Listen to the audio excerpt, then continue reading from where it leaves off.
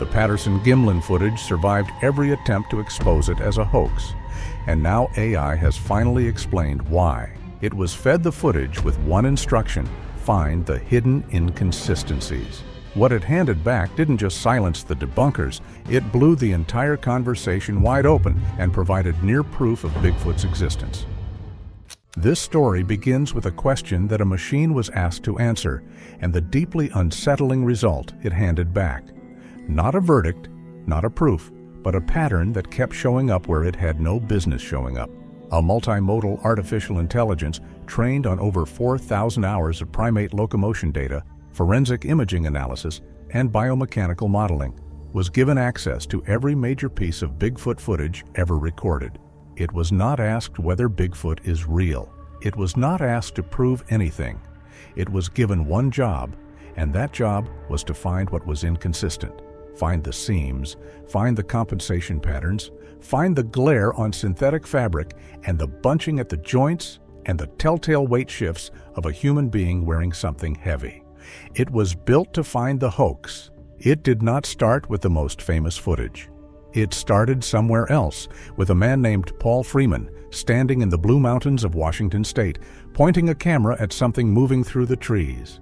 That choice mattered, because what the AI found in the Freeman footage wasn't a conclusion. It was the first question. Paul Freeman was a U.S. Forest Service employee who spent years in the backcountry of the Pacific Northwest. He filmed several alleged Bigfoot encounters over the course of his life, and for that reason, skeptics wrote him off almost immediately. His history of interest in the subject was used to disqualify his footage before anyone looked at it seriously. The logic went something like this: if a person is looking for something and they claim to find it, they probably made it up. Which sounds reasonable until you remember that most scientists who discover things were specifically looking for them. So the AI looked at the Freeman footage from 1994 without any opinion about Paul Freeman as a person, scanning the subject's movement frame by frame and tracking every variable it was trained to measure: center of gravity, limb oscillation, gait fluidity, and weight distribution per stride. And here is what it found, or rather, what it didn't find. In any suit, no matter how carefully constructed, there are moments where the body inside it has to adjust. The performer leans differently than they naturally would. The fabric resists at the joints. The weight of the padding changes how the hips shift during a stride. These are called costume compensation patterns. The AI scanned the Freeman footage for all of them. It came back empty with 0 compensation patterns, which was not on its own a confirmation of anything. It was the first anomaly, and the AI's response to an anomaly is not to stop, it's to look harder. What it found next was something called a mid-tarsal break, a flexion point in the middle of the foot during the stride that is present in great apes but not in humans. The human foot is rigid through the midfoot. It doesn't bend there.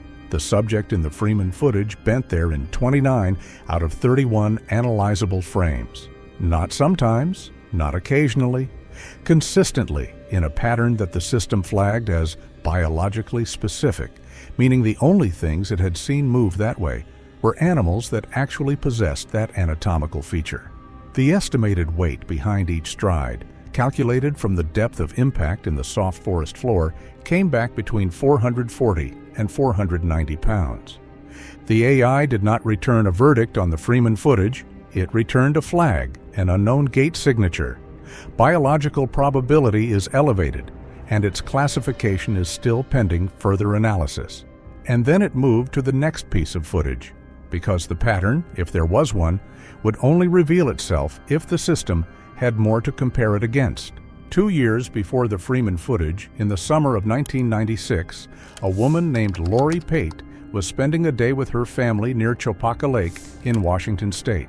It was an ordinary afternoon in the kind of landscape that reminds you how much of the world is still wild. Dense brush, steep hillsides, the kind of terrain where you can walk for an hour without seeing another human being. Lorie filmed what appeared to be a large, dark figure moving through the brush on a hillside above her. Skeptics dismissed it for the opposite reason they rejected the Freeman footage. Freeman, they said, was too invested in Bigfoot. Pate, by contrast, was too unremarkable. The figure was far away. The details were sparse. Without a clean close-up, critics argued it could be anything. A hiker, a bear, even shifting light filtering through the trees. But the AI doesn't need a close-up to extract information. Distance changes what kind of information is available. It doesn't erase it. And in the Memorial Day footage, there was still plenty to analyze. Limb proportions, stride length, how the subject negotiated uneven ground. Whether it moved with the awareness of something being observed or the indifference of something simply going about its life. The limb proportions were consistent with a subject standing over 7 feet tall. The stride length, calculated against the surrounding vegetation, was incompatible with a human being moving at that speed on that incline. But it was the behavioral analysis that made the system pause. The subject showed no performance awareness. It was not moving for the camera. It was not reacting to the people below it. It moved with directional purpose, not wandering, not fleeing, but following what the AI's pattern analysis flagged as a habitual route. A path it already knew. The system logged it and kept moving. But the flag it attached to the behavioral data was specific.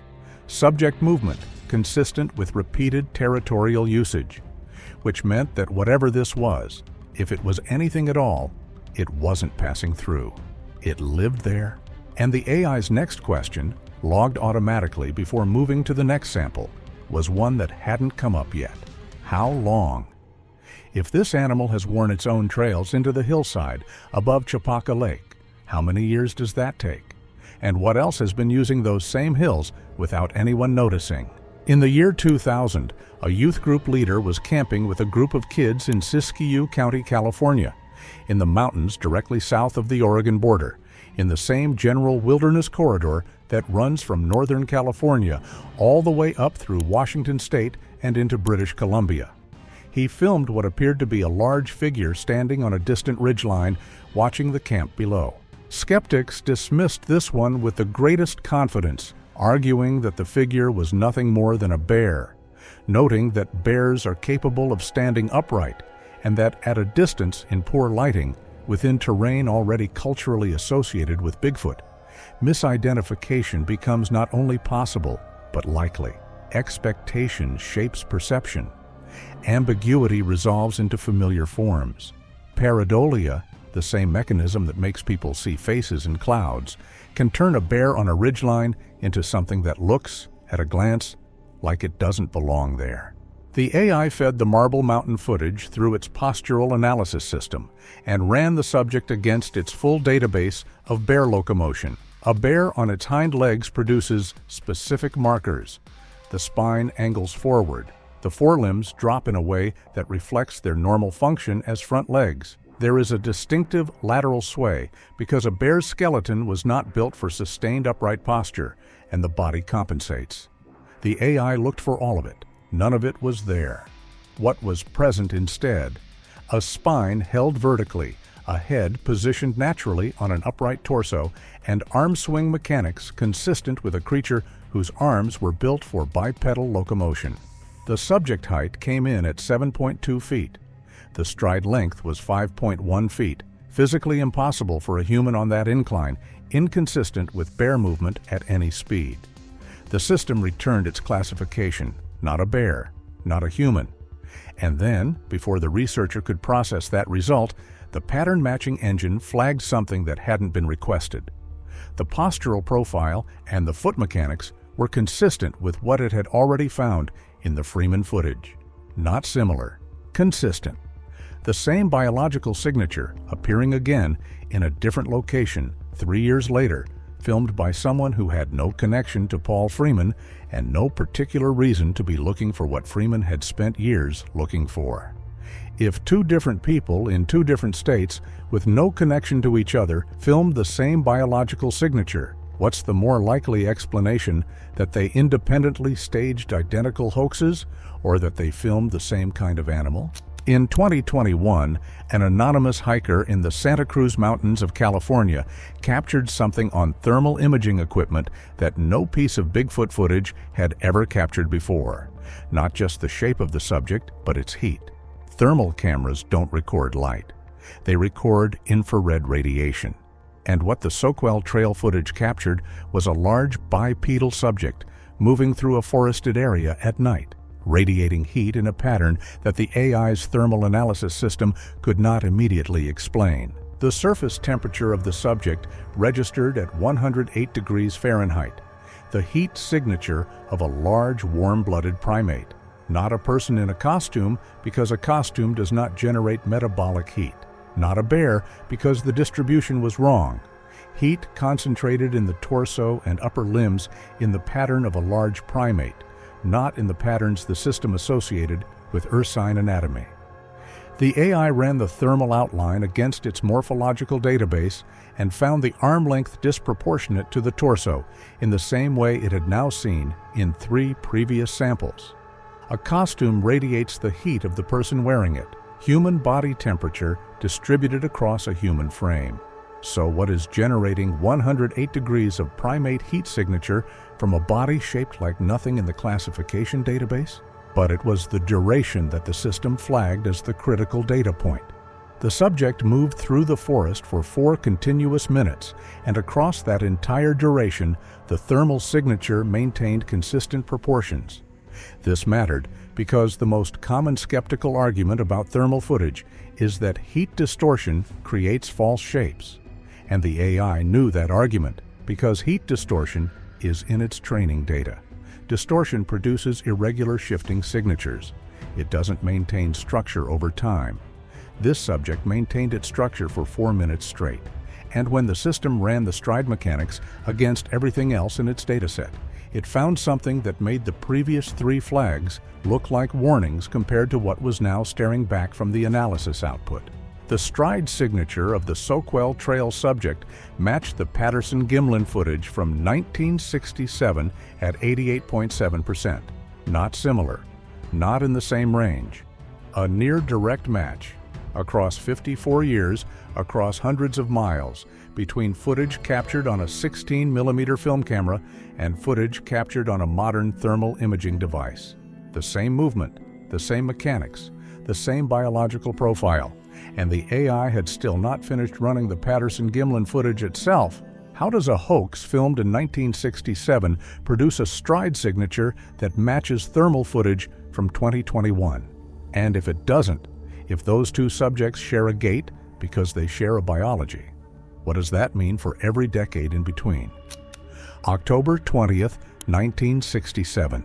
Roger Patterson and Bob Gimlin are riding horseback through the wilderness along Bluff Creek in Northern California when something massive moves through the trees ahead of them. Patterson's horse rears in panic. He is thrown to the ground, but he keeps hold of his 16mm camera, steadies himself, and begins to film. What follows is 59 seconds of footage that would divide the world for the next 6 decades.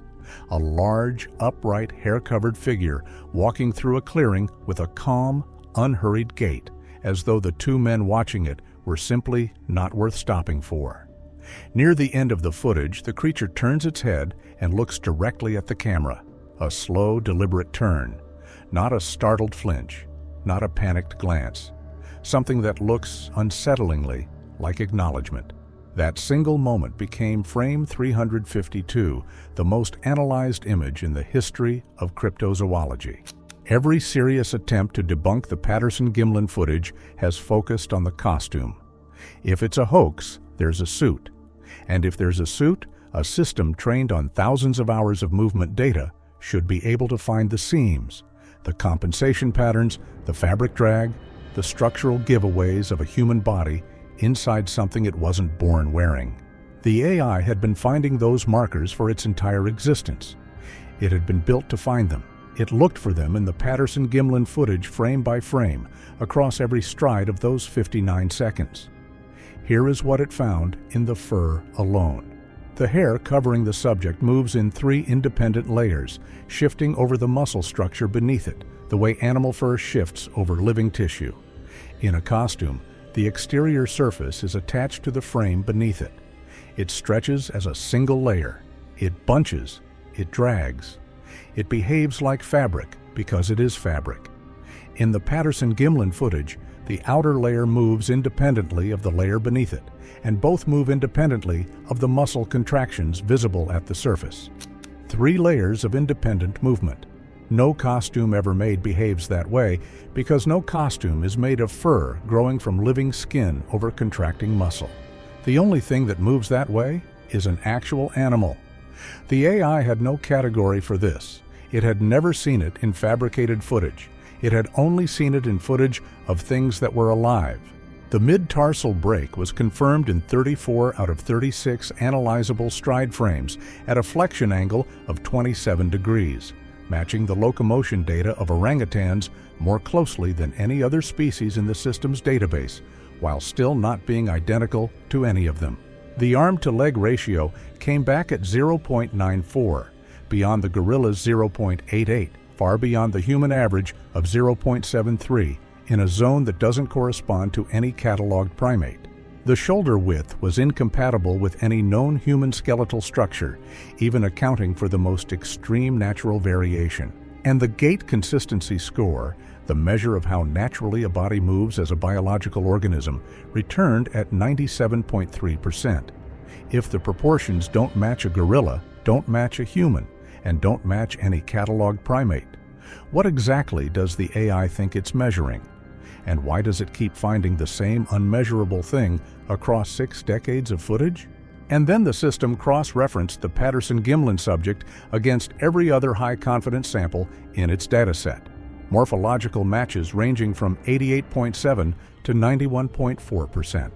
The same biological profile, the same foot mechanics, the same body proportions, the same estimated body mass range, appearing on camera in the same geographic corridor across 54 years of footage.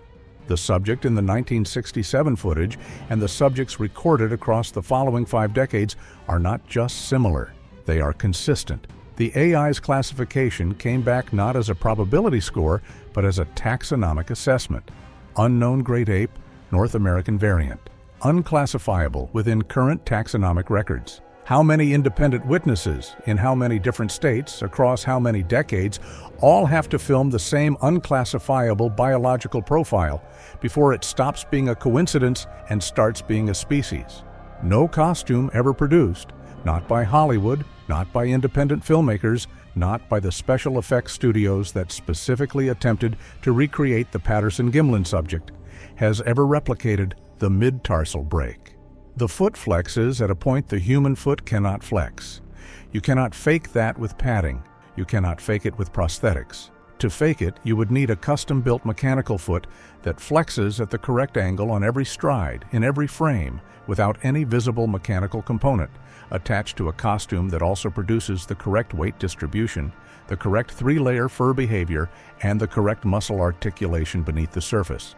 No one has built that. Every attempt to recreate the footage has collapsed into something that looks, unmistakably, like a person in a suit. The AI had seen hundreds of those attempts in its training data. It knew exactly what they looked like. The Patterson Gimlin footage did not look like any of them. When the AI stepped back from the individual footage samples and looked at all 11 it had analyzed, spanning from 1967 to 2021, a biological profile emerged that was consistent enough to be stunning. The mid-tarsal break appeared in every high-confidence sample. The arm-to-leg ratio fell outside the human range in all 8 samples that returned a biological organism probability above 85%. The shoulder width exceeded the human skeletal maximum across the board. The estimated body mass clustered consistently between 400 and 550 pounds. And in not one high-confidence sample did the system detect a fabrication marker. 8 out of 11 samples across 5 decades pointing to the same biological profile, and every high-confidence sighting fell within the same geographic corridor, from Northern California through Oregon and Washington up into British Columbia, the Pacific Northwest, the same stretch of wilderness, the same mountains and rivers and old-growth forests. What are the odds that 8 independent hoaxers across 5 decades all produced the same biological profile in the same geographic corridor without any of them ever being caught, identified, or connected to each other? When the AI ran population modeling based on the sighting frequency data, how often credible reports come in from how many locations spread across how much territory, it returned an estimate that almost nobody expects to hear. A minimum viable breeding population of between 300 and 700 individuals would be required to account for the observed pattern of sightings without detection. Not one creature, not a handful, a population. A species occupying a range, living the way animals live, eating, moving, reproducing, and doing its level best to stay out of sight. Which raises the obvious question, if there are that many of them, why haven't we found one? And the data has an answer for that too. The most common argument holds that someone would have found a body by now. This sounds compelling until you look at what the terrain data actually says. There are over 340,000 square miles of Pacific Northwest forest that the AI's modeling classified as effectively unsurveillable, terrain so dense, so remote, and so difficult to access that large animals die there every year without ever being discovered. Black bears, cougars, elk, they die in those forests and the forest swallows them, and we never know they were there. A creature actively avoiding human contact, living in the most remote portions of that terrain, could die and decompose and leave no trace that any human being would ever encounter. The absence of a body is not evidence of absence. It is evidence that the forest is very large and very good at keeping its secrets. The argument that modern technology would have found it by now fares no better. The AI's terrain modeling found that thermal canopy penetration in old-growth Pacific Northwest forest falls below 40%. The canopy is too thick, the trees too tall, the coverage too dense for consistent detection. Roughly 70% of the wilderness in question is functionally invisible to current aerial surveillance. The same satellites capable of resolving a license plate from orbit cannot read one positioned beneath 300 feet of uninterrupted canopy. Drones designed to detect warm bodies through light vegetation become ineffective when confronted with forest cover that has grown undisturbed for centuries, creating an environment that is not merely vast, but structurally opaque to the very tools intended to observe it. We've mapped the surface of Mars in higher resolution than we've surveyed the interior of the Cascade Range. So when we say modern technology would have found it by now, are we actually sure we've looked? Each of these arguments sounds like common sense until the data is applied. And with the data applied, each one dissolves. Here is the thing about the AI's final verdict that doesn't get discussed enough. It wasn't asked whether Bigfoot is real, in the way you might ask a person that question, as a matter of belief, of faith, of choosing a side in a decades-long argument. It was asked what the footage shows. It was asked to measure, to calculate, to compare, and to return a result based solely on what the data says. And the data said, real subject, real motion, real environment, no known biological classification available. Now consider what that actually means if you follow it to its logical conclusion. The Patterson Gimlin footage was filmed in 1967. The Soquel Trail thermal footage was filmed in 2021. That is 54 years between the first high-confidence sighting and the most recent one, and the biological profile is consistent across all of them. Whatever this species is, it has not gone anywhere. It has been living in the Pacific Northwest for at least as long as we have been accidentally filming it, and almost certainly for much longer than that. It did not appear for 59 seconds at Bluff Creek and ceased to exist. It walked into the trees and continued living. The population modeling makes that unavoidable. A minimum viable breeding population of 300 to 700 individuals is what the AI estimates is required to produce the observed sighting pattern.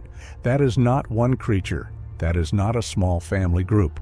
That is a species with territory and food sources and migration patterns and social structures we know nothing about, living in a forest that covers an area larger than most countries on Earth, and that is, by the AI's own calculation, 70% invisible to the technology we currently use to search it.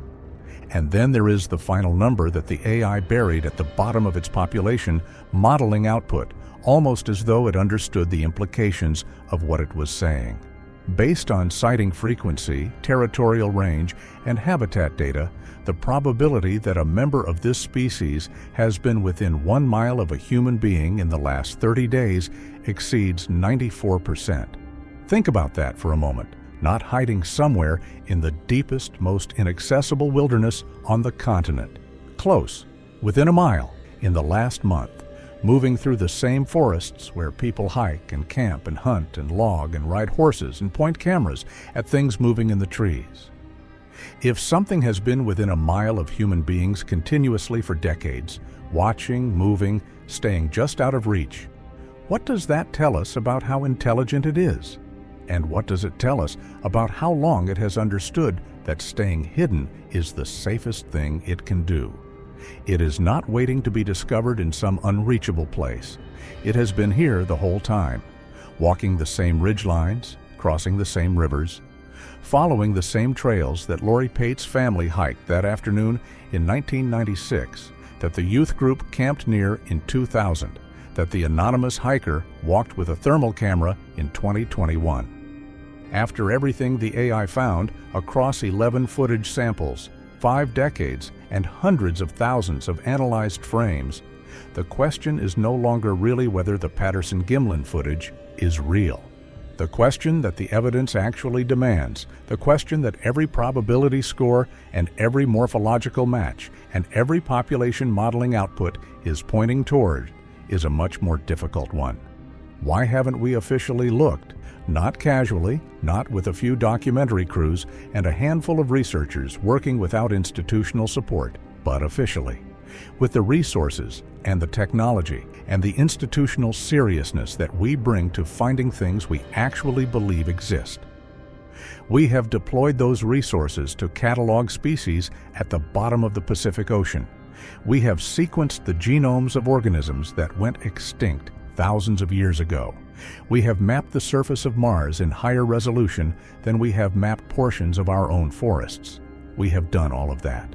But we have never committed the resources to seriously investigating what has been showing up on camera in the Pacific Northwest since at least 1967, because the subject carries a stigma that makes serious people reluctant to be associated with it. The AI doesn't carry that stigma. It doesn't know what Bigfoot is, and it doesn't know what the cultural baggage around the word means. It was given footage, and it returned a result: real subject, real motion, real environment, no known biological classification available.